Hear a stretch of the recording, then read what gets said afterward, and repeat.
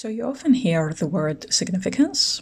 What is significance of your PhD, dissertation, research study? It's the so what question you often hear supervisors talking about.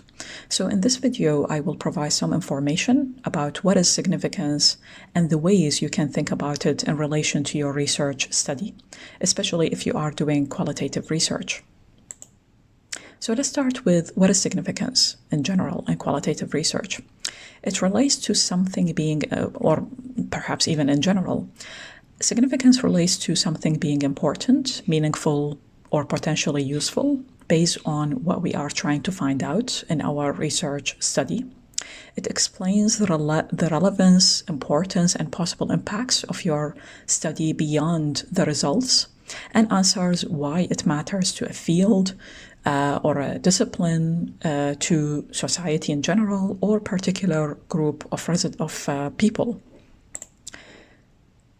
Significance can be established or constructed based on the following: your findings being solid and consistent, the level and ways in which your findings increase understanding of your studied phenomenon or subject, and the consistency of your findings with the existing literature. And in relation to this last point about being consistent with your existing literature, ask yourself, do your findings support or confirm what is known about your phenomenon? Do they refute it? And if so, how and in what ways? Do they break new ground in discovering and showing something new? And are your findings useful in terms of contributing to building theory, informing policy, or informing practice? Now, in terms of establishing a system to convey significance, Bloomberg and Volpe suggested establishing a system for representing participants' views on the most significant events. They offered some suggestions in this way on that, which include they see having data summary tables and participant demographic charts as becoming useful in the analysis. They refer to concentration of responses across individuals being reported in your results chapter. They also suggested looking for such patterns by examining any large number of data concentration in a specific area or under a specific descriptor or criterion. And just so you know, patterns to them means in here quantitative and qualitative elements, so either of these.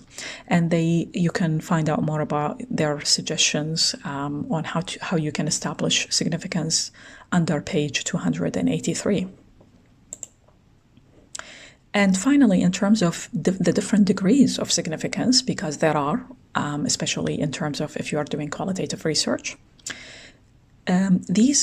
so just so you know, it's important to know that these need to be made clear to your readers, these degrees of significance. You need to be specific when patterns that you see are clear and strongly supported by your data versus when the patterns that you see are just suggestive. Readers would ultimately make their own judgments, but it is important for you to reflect your opinions and your speculations when it comes to qualitative research in terms of the degrees that you see of significance of your research.